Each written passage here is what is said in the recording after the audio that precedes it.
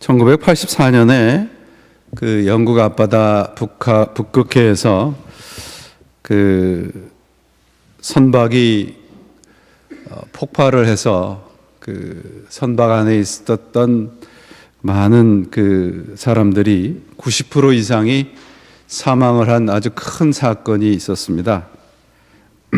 그 가운데 이제 극적으로 생존했던 앤디라는 사람이 자신이 어떻게 살았는지를 나중에 나와서 증언을 했어요. 갑자기 이제 그 선박에 불이 나니까 이 사람은 그 엄청나게 밀려오는 불길을 피해서 가장 배에서 가장 높은 갑판 위로 뛰어 올라갑니다. 그리고 갑판 위에서 밑에 바다를 보니까 정말 그 차가운 북극해의 파도가 넘실대는 것을 볼 수 있었어요. 그 갑판까지 불길이 번지기까지 시간이 약 15분이 걸린다고 합니다. 그러니까 지금 이 앤디라는 사람은 15분간은 안전한 거예요. 그리고 밑에 바다를 보았습니다. 북극해에 그 얼음물과도 같은 차가운 바다가 넘실대죠. 그곳으로 뛰어들면 구조선이 오기까지 30분을 견디면 살 수 있는 겁니다. 30분 이전에 구조선이 오면 살 수 있지만 그 이유는 장담할 수 없는 거죠.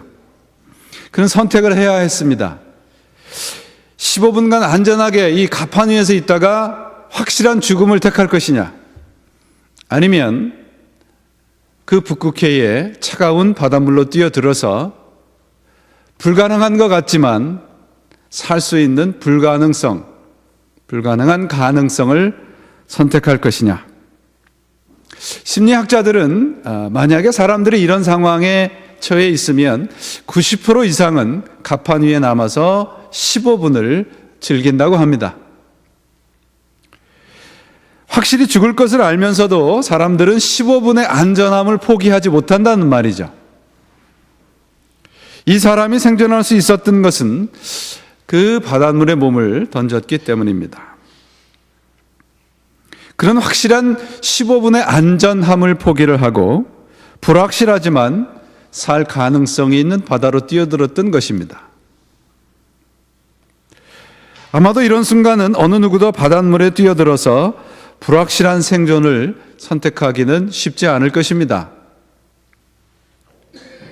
많은 사람들이 불길이 턱 밑까지 차고 올라와도 짧은 15분의 안전함을 놓지 못한다는 말입니다. 많은 분들이 이 세상의 짧고 유한한 안전함과 편안함을 오늘도 확실한 죽음과 맞바꾸며 살고 있다는 말입니다. 즉 많은 사람들은 확실한 죽음을 선택하면서 오늘만큼 낡아가고 오늘만큼 죽어가고 있는 것입니다. 15분의 짧은 안전함을 15분 후에 확실한 죽음과 바꾸며 살고 있다는 얘기입니다. 15분이냐, 안전한 15분이냐, 영원한 가능성이냐. 어쩌면 우리에게 주어진 인생은 이 앤디가 맞닥뜨렸던 15분의 안전한 15분이라고 하는 것일지도 모릅니다. 그러나 지금은 차갑고 험한 파도가 넘실거리지만 바로 거기에 살 길이 숨겨져 있다는 것을 발견하고 선택할 수 있는 사람만 살 수 있는 것입니다. 믿음은 이러한 절대절명의 순간에 능력을 발휘하게 됩니다. 이 믿음의 능력은 누가 갖출 수 있느냐? 참으로 예배를 드리는 사람만 갖출 수 있습니다. 예배는 그러한 선택의 순간 하나님 편에 설 수 있는 훈련의 시간입니다. 예배는 지금 현재 내 인생의 위치가 어디냐, 그리고 내가 가고 있는 방향을 점검하는 시간입니다. 지금 내가 어디에 와 있는지, 어디를 향해서 가고 있는지 점검하고 돌아보지 않으면 우리는 많은 순간 지금의 15분이라고 하는 컴포트 존에서 무기력하게 타성에 젖어서 살아가게 되는 겁니다. 참으로 예배를 드리는 사람이 누구냐? 현재의 컴포트 존과 매 순간 결별하면서 영원한 가능성에 뛰어드는 사람입니다. 오늘은 세 번째 제사인 화목제에 대한 말씀입니다. 번제, 첫 번째 살펴봤던 번제는 하나님과의 수직적인 관계를 살피는 제사라면, 두 번째 곡식을 드리는 소제는 우리의 이웃과의 삶 속에서 살아가는 일상의 헌신을 말합니다. 오늘 화목제는 그렇다면 오늘 내 자신이 삶의 모습이 어떤가를 점검하는 제사입니다. 하나님과 나는 어떤 관계인가? 내 옆에 있는 사람과 나는 어떤 관계로 살아가는가? 무엇보다도 나는 나 자신과 어떤 관계에서 살아가고 있느냐? 그걸 살펴보는 시간이 화목제의 시간입니다. 레위기를 보시면 5가지 제사가 있죠. 번제, 소제, 화목제, 속건제, 속죄제. 이거는 목적이 각각 다릅니다. 각 제사마다 드리는 방법이 조금씩 다릅니다. 방법은 4가지입니다. 첫째는 모든 것을 태워서 없애는 번제입니다. 두 번째는 그 제물을 하나님 앞에서 이렇게 좌우로 흔들면서 드리는 요제라고 합니다. 그것을. 세 번째는 전제입니다. 제물에다가 어떤 액체를 섞는 겁니다. 기름이나 포도주 같은 것을, 그리고 피를 부어서 드리는 제사가 전제입니다. 오늘 보니까 이 화목제는 거제로 드린다고 되어 있습니다. 거제라는 말은 그 제물을 하늘 높이 들고 수직으로 아래 위로 흔들면서 드리는 제사를 거제라고 합니다. 그렇다면 화목제가 거제라는 말은 무슨 뜻인가? 제물을 하늘 높이 들어서 드리는 제사라고 하는 것은 내가 지금 예배를 드리는 대상이 하나님뿐이라는 것입니다. 내가 지금 누구에게 예배를 드리고 있느냐? 나는 지금 누구와 화목한 존재로, 아니 하나님과 화목하게 화해한 존재로 살아가고 있느냐를 살피는 제사가 화목제사입니다. 여러분들이 잘 알듯이 화목이라는 말은 영어에 2가지가 있습니다. 하나는 reconciliation이라는 말이 있고 또 하나는 atonement라는 말이 있습니다. 근데 많은 부분 성경에서 우리말로 화목이라고 번역된 단어의 뜻은 atonement에 가깝습니다. atonement의 뜻은 at one mont라는 뜻입니다. 하나가 된다는 뜻이에요. 하나님과 하나가 되는 겁니다. 우리는 하나님과 분리되어 있었는데 하나님과 하나가 되는 겁니다. 그럼 하나님과 하나가 된 사람들은 어떤 사람들인가? 선하고 착하고 그렇게 살아가는 사람들인가? 아닙니다. 하나님과 하나가 된 사람들은 하나님이 주인인 사람입니다. 내가 하나님의 종이고 나는 하나님이 시키는 대로 하는 사람, 그것이 atonement, 곧 구원받은 사람입니다. 구원은 우리가 하나님과 하나가 되는 거잖아요. 우리가 하나님과 화목된 존재라고 하는 것은 하나님이 우리를 그분의 뜻대로 만들기 위한 것이죠. 구원의 핵심은 그래서 하나님과의 관계가 이어진 겁니다. 신앙을 갖고 살아간다는 것이, 그래서 우리가 우리의 삶의 영역에, 내 마음에 얼마나 많은 사람들을 품느냐의 싸움이에요. 하나님은 우리가 어떤 데도 품어주셨습니까? 죄인임에도 품어주셨습니다. 우리는 어떤가요? 하나님과 하나가 되어서 살아간다는 것은 하나님과 그저 선하고 좋은 관계로 살아간다는 것으로만 이해하셔서는 안 됩니다. 하나님과 화목한 존재로 살아간다는 것은 그분의 통치 아래서 순종의 삶을 사는 거예요. 하나님을 주인으로 모시는 것이 하나님과 화목한 존재입니다. 오늘날 우리 신자들의 큰 문제는 뭐냐 하면 필요하고 다급할 때만 하나님을 찾는다는 것이죠. 일상의 자리에서 하나님께 순종하는 것에 너무 우리들은 익숙하지 않습니다. 십자가는 단순히 감상적으로 눈물을 흘리는 자리가 되어버렸습니다. 여러분, 십자가가 우리를 어디로까지 인도하시나 보세요. 하나님의 사랑, 용서, 은혜, 화목의 자리입니다.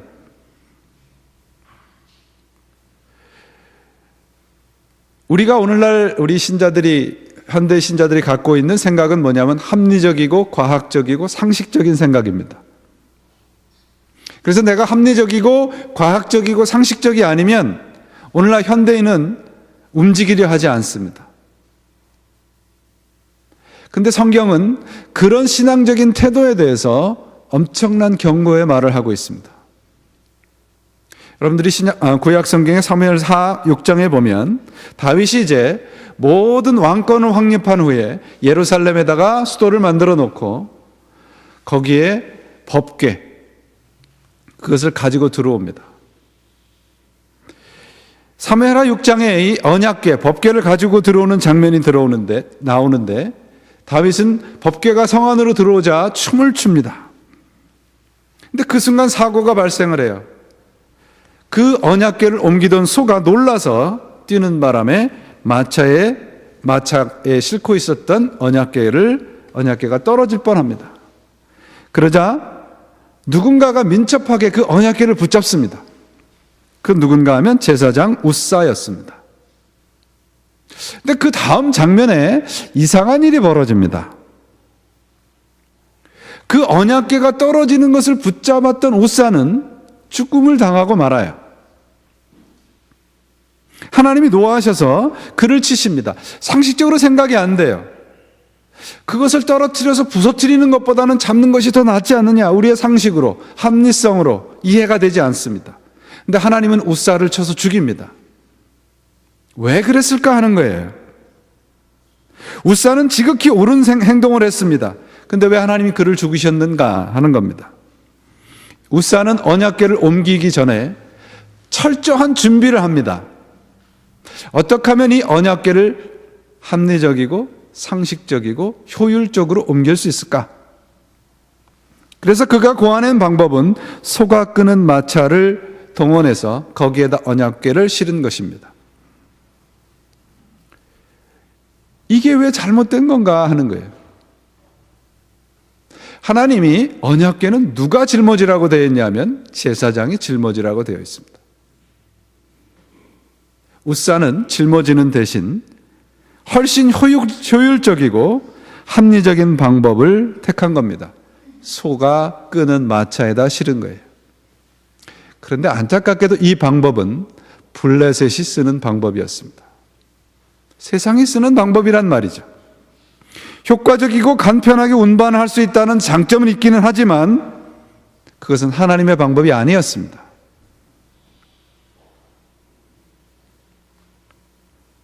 언젠가 한국교회가 사순절을 맞이해서 십자가 행진을 하면서 십자가를 짊어지는 대신 큰 십자가 밑에 바퀴를 달고 끌어서 세상에 조롱을 받은 적이 있습니다.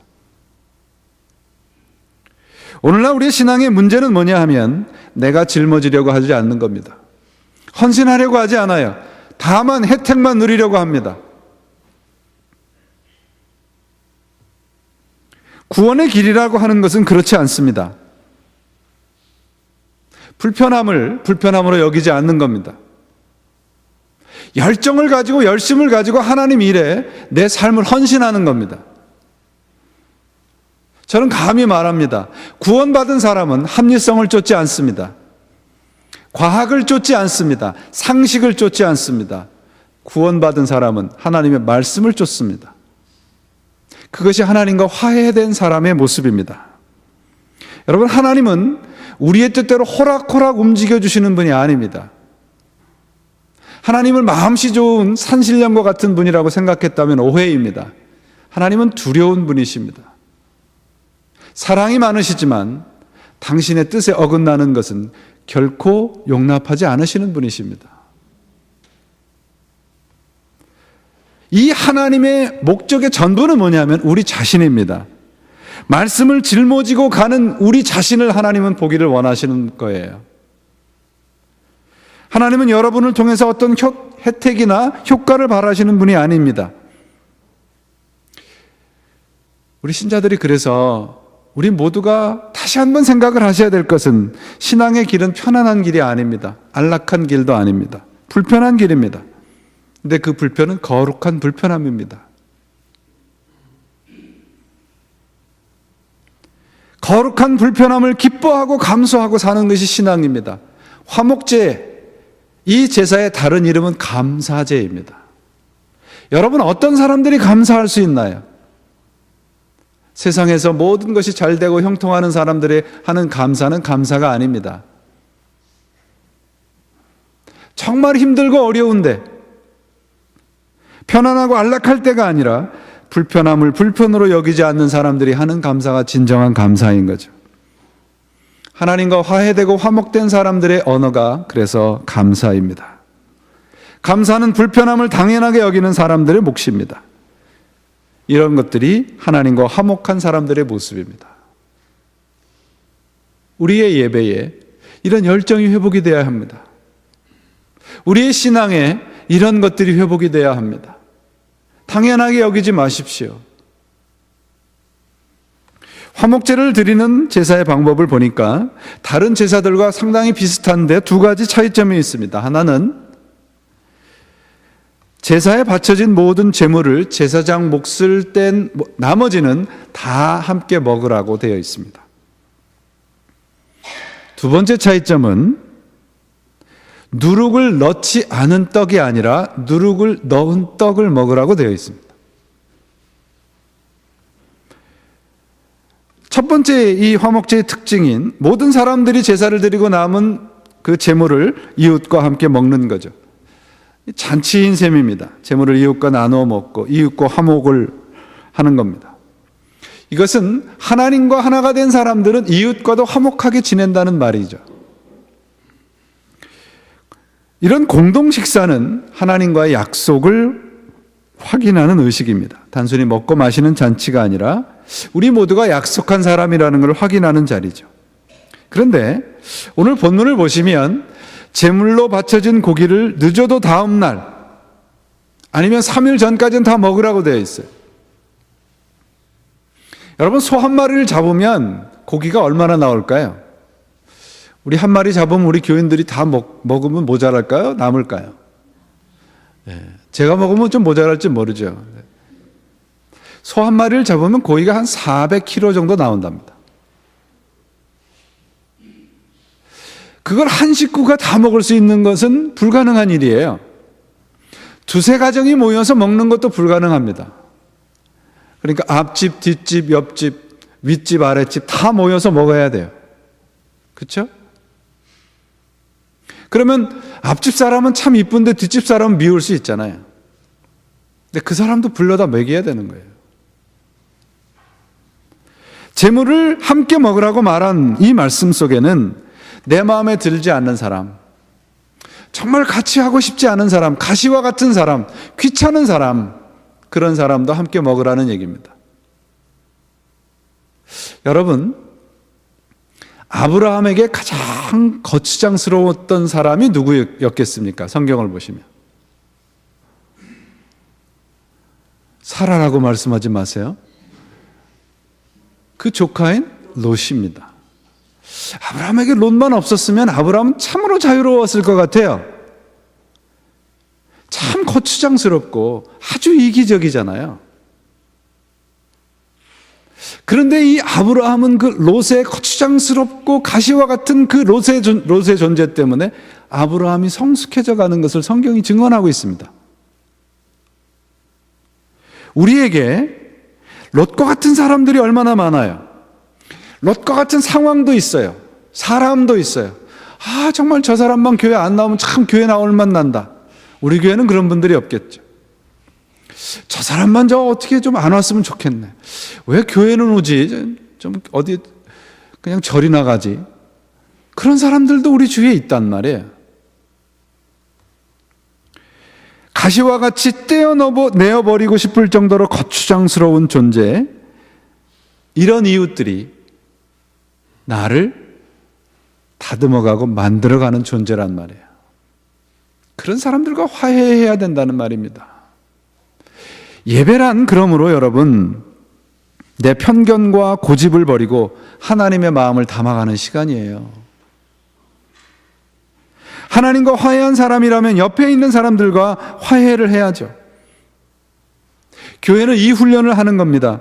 공적인 예배를 통해서 우리가 끼리끼리가 아니고 함께 가는 것을 훈련하는 거예요. 함께 살아야 될 존재라고 하는 것을 깨닫는 겁니다.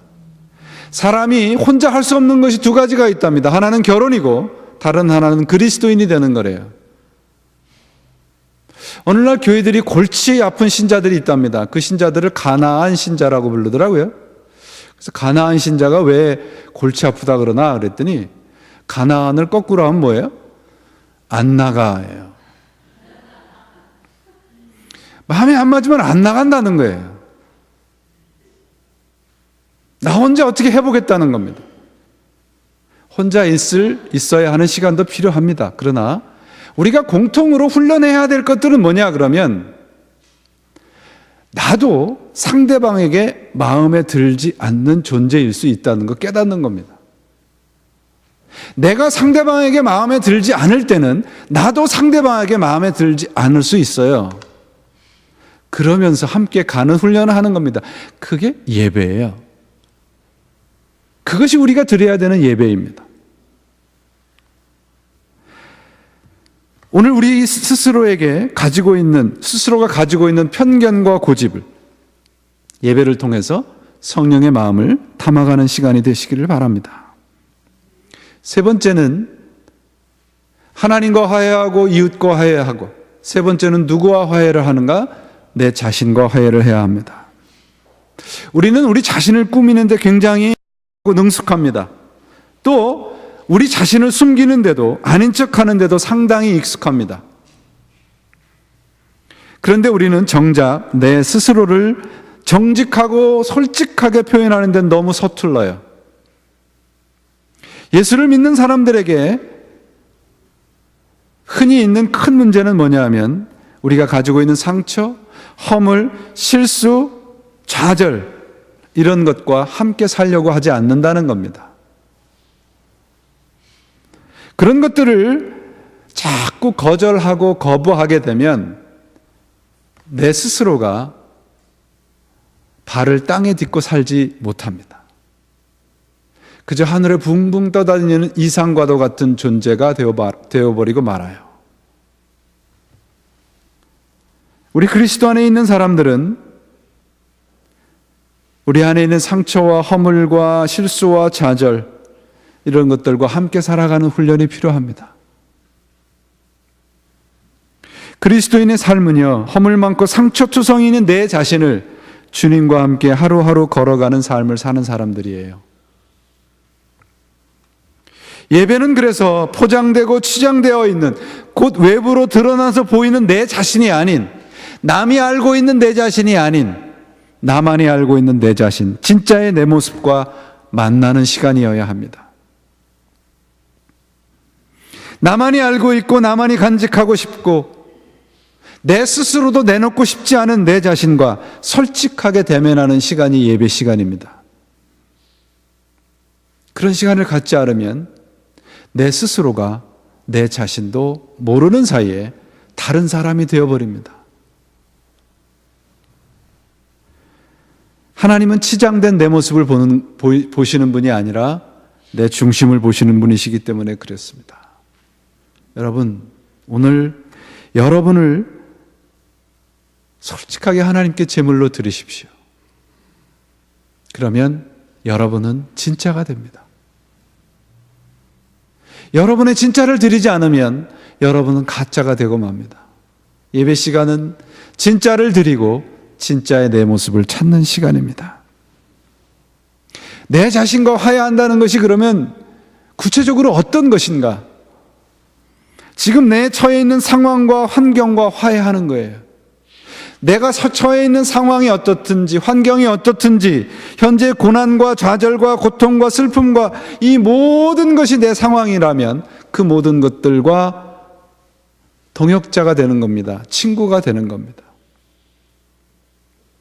우리가 흔히 하는 말이 있잖아요. 피할 수 없으면 어떡하라고요? 즐겨라.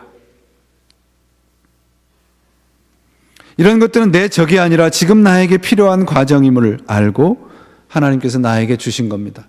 그 상황과 그 환경과 화해하는 것이 내 자신과 화해하는 길입니다. 고통이라는 말에 이 단어의 라틴어의 어원이 포에나라고 그래요.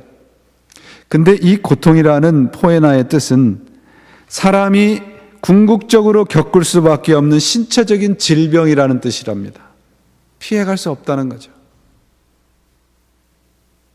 근데 이 고통은 내 적군이 아니고 아군인 겁니다.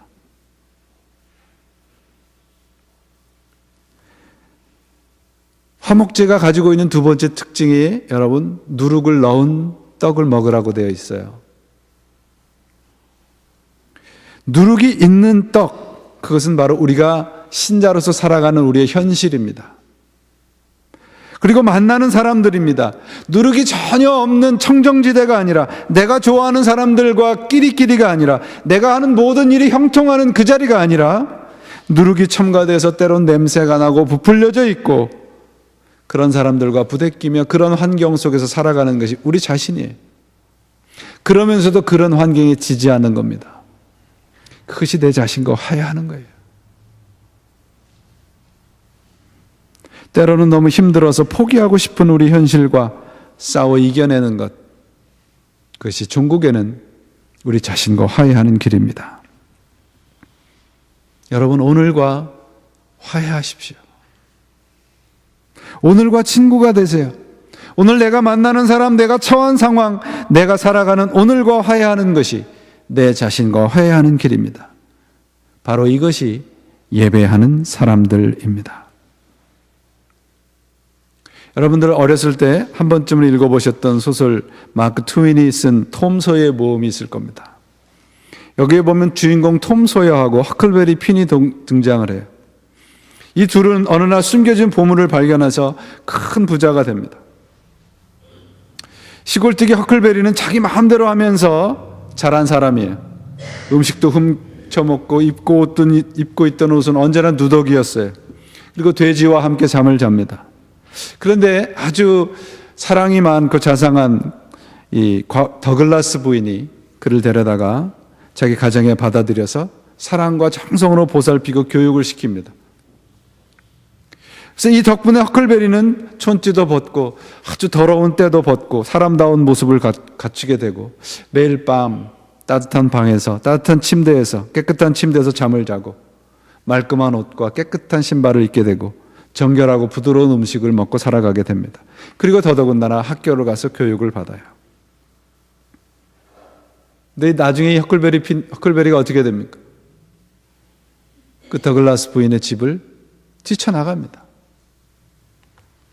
그리고 다시 돼지우리와 진흙탕으로 돌아가요. 그리고 그 친구인 톰에게 이렇게 불평을 해요. 아무리 노력해도 소용이 없어. 이런 생활은 나에게 어울리질 않아. 나 이런 생활에 익숙하질 않아.